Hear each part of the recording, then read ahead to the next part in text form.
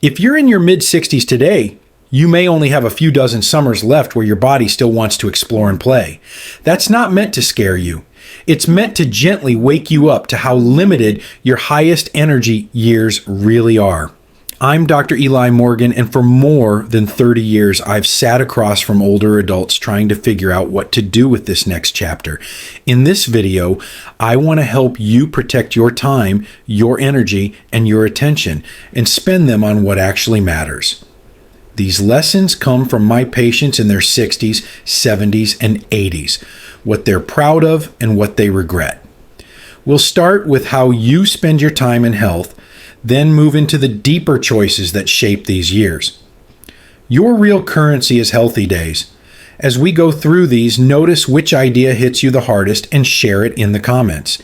It helps you remember, and it quietly teaches everyone who reads it. First big truth. In retirement, your most valuable currency isn't dollars.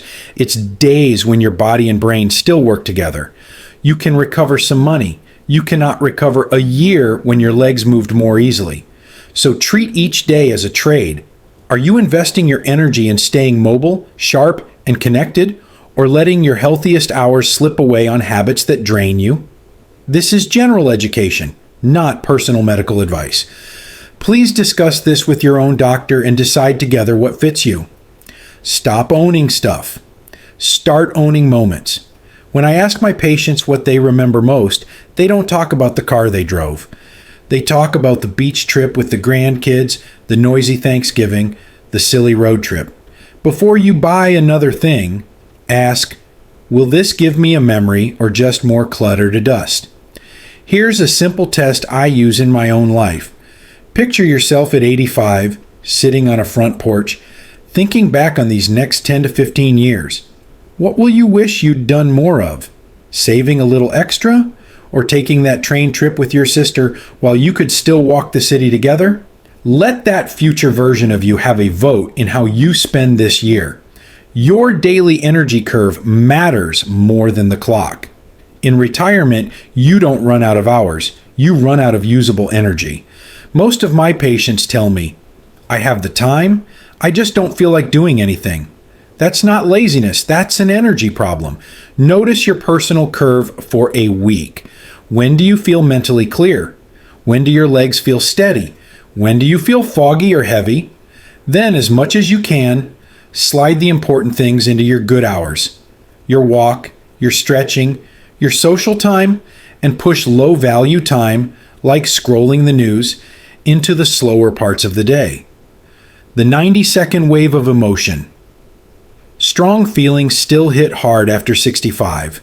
Fear about money, anger at family, frustration with your body. Here's what the brain research suggests. The first rush of emotion is like a wave that usually passes through the body in about a minute and a half, if we don't keep feeding it with thoughts. Next time you feel your chest tighten, try this. Silently name the feeling, notice where it sits in your body, and breathe slowly for 90 seconds. Let the wave roll in and roll back out. After that, ask, what's one small healthy action I can take now? That simple pause can protect your blood pressure, your sleep, and your relationships. Slow down the feeling that life is racing by. One of the most common things I hear after 60 is, Doctor, the years are just flying. That feeling isn't just in your head. When our days all look the same, the brain stops bookmarking them as separate memories, and whole months can blur together. You don't need wild adventures to change this. You just need more small, new experiences that wake up your senses. Visit a different park, take a new route to church or the grocery store, or say yes to a local class you've never tried. Think of your calendar as a memory garden. At the start of each month, circle one day and write new. On that day, do something truly different. Go to a free concert, join a walking group, or invite a neighbor for coffee for the first time. Your brain loves novelty. One fresh, meaningful experience each month can make this chapter feel fuller and longer instead of slipping past in a gray blur. Tiny investments that grow into a rich life. Just like interest grows in a savings account, small investments grow a rich retirement. A quick call to a friend or a short walk, none of these feel big, but repeated over time, they add up to a life that feels closer and far less lonely. Next, we'll move into the relationship lessons because the people around you shape how these years feel. If anything has clicked so far, tap the like button so more people your age can find it. That small tap really does help. The emotional bank account with your loved ones. Think of every conversation as a small deposit or withdrawal with the people you love. A kind text, a sincere thank you, or really listening for 5 minutes, put something in. Sharp comments, constant correcting, or scrolling your phone while they're talking quietly takes something out. Tonight, ask yourself, who do I want a bigger balance with? Then make one small deposit on purpose. Why doing hard things together brings you closer. Fun is wonderful, but shared effort is what really welds people together. Helping at a food pantry, caring for an older relative, or training for a charity walk with your spouse or a friend gives you stories you both earned. Look for one good, hard thing you can do with someone this year. The power of friendly faces you barely know. The quick chat with the pharmacist, the neighbor you wave to, the folks at your exercise class. These almost friends matter more than we think. They give structure to your week and make the world feel warmer and safer. If life feels small, start by saying one extra sentence to someone you usually just nod to. Your next chapter is just past comfortable. Many people slide into retirement by shrinking their world to what feels safe and familiar. It's understandable, but it quietly shrinks your confidence too. The opportunities that wake you up usually live just one small step past comfortable. That might mean leading a small group at church instead of only attending, mentoring a younger coworker who's still in the field you left, or signing up to share a short story at the local writers group. Ask yourself, where am I hiding behind "I'm too old for that" when the truth is I'm just nervous? Pick one role that stretches you slightly and give it a 30-day trial instead of deciding from the couch. Choose learning over numbing. Our brains stay more flexible than we think, even into our 70s and beyond. Learning new skills asks your brain to build new connections, which supports memory, mood, and independence. It doesn't have to be college level. It could be learning basic Spanish for travel, taking a beginner art class, or figuring out how to video chat without help. Comfort alone, hours of TV, scrolling, doing things on autopilot feels easy in the moment but slowly flattens your days. Learning feels a little awkward at first, but it gives you small victories and something to look forward to. Choose one learning project for the next 3 months and write it on a sticky note where you'll see it every morning. Next, we'll talk about how to keep your creative muscles alive and why your health choices now multiply everything else you want in retirement. And then, at the end, I'll share 3 of my favorite design tools to shape this stage of life on purpose, not by accident. Give yourself permission to be a beginner. Again, one of the greatest gifts of this stage of life is that nobody is grading you anymore. Yet many of us refuse to try new things because we're afraid of looking clumsy. I call this protecting your beginner self. Pick one area where you'll allow yourself to be delightfully unskilled. Gardening, watercolor, line dancing, learning a simple song on the piano. Your only job is to show up and enjoy the process, not to impress anyone. When you stop demanding perfection, your brain relaxes, your stress hormones drop, and you give yourself a reason to smile at your own progress again. Turn the tap on your creative brain. Creativity isn't a talent some people are born with and others are not. It behaves more like a tap that rusts when it's never turned. Set a tiny creative appointment with yourself 3 times a week. 15 minutes to sketch, write a memory from your childhood, arrange flowers, or learn a new hymn. You're not trying to create a masterpiece. You're reminding your brain it still knows how to play. Health is the engine under every plan. We can't talk about a rich retirement without talking about your body. Your muscles, your lungs, your circulation, and your sleep are the engine under everything else. Ask yourself a simple question. If I keep my current habits for the next 5 years, will I likely move more easily or less easily than I do today? You don't need a perfect program. You need a reliable minimum. Most days, a bit of movement that raises your heart rate safely, a plate that's mostly plants and lean protein, and a regular bedtime that gives you 7 to 8 hours of sleep when possible. Change just one of those 3 this month, and you'll feel the difference in how much of life you can actually say yes to. Match your tasks to your best hours. Most of us are not the same person all day long.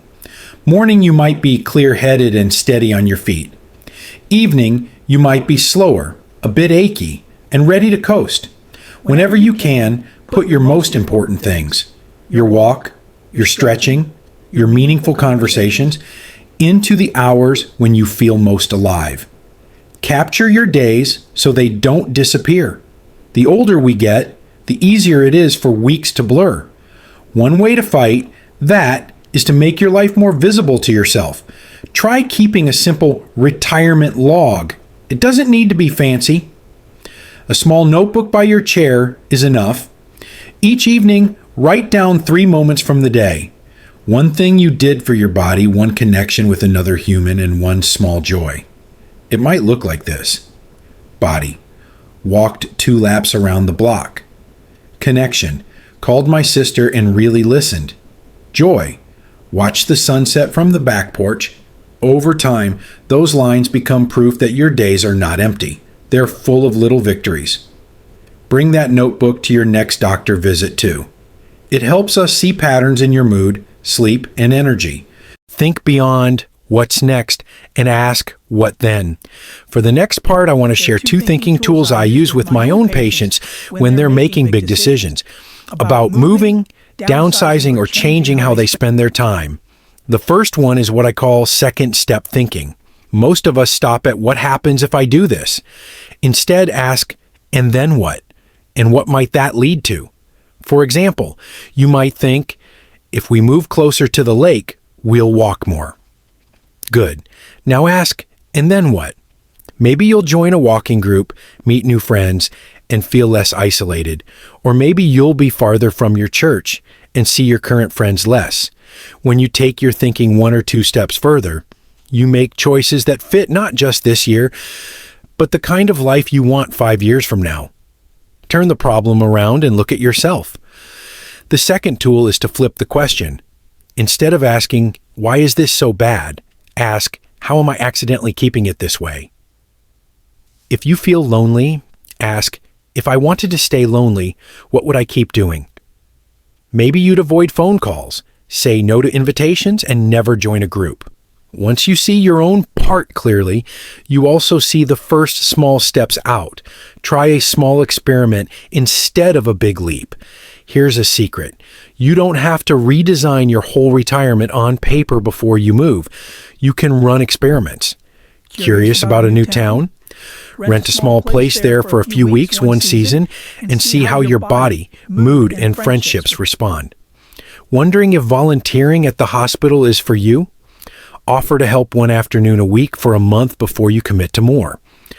Treat your ideas like trial runs, not permanent tattoos. After each experiment, ask, what felt good? What felt heavy? What would I change next time? Decide what a good year really means to you. A trap I see often is measuring retirement by someone else's scorecard, how much they travel, what they bought, how busy they look. That's a fast way to feel like you're losing a game you never chose.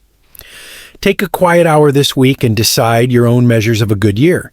It might be legs strong enough to walk with my grandchild, regular time with people I love, steady giving to causes I care about, or more days calm than anxious. Write your top 3 on an index card and tuck it where you'll see it often. Let that guide your choices, not the neighbor's driveway or social media. Monthly checkups for your life, not just your body. We're used to follow-up visits with the doctor. Your life deserves follow-ups too. A simple monthly review can prevent years of quiet regret. Once a month, sit down with a cup of tea in your calendar or notebook. Ask yourself 3 questions. 1. What gave me energy this month? 2. What drained me? 3. What small change do I want to try next month? You're not judging yourself. You're adjusting your course. Tiny course corrections. 1 new habit, 1 boundary, 1 new connection add up over years to a retirement that feels chosen instead of random. Spend your best years on what matters most. Let me leave you with this. Your retirement is not just what's left. It is a powerful stage of life that can still be full of strength, love, and purpose if you spend your limited healthy time wisely. If this helped you think more clearly about your next years, tap like so more older adults can find it, and subscribe to Life After 65 for more plain English guidance on staying strong and independent. And remember, this is education, not personal medical advice. Take the ideas that stood out to you and talk them over with your own doctor or healthcare team. They know your body best.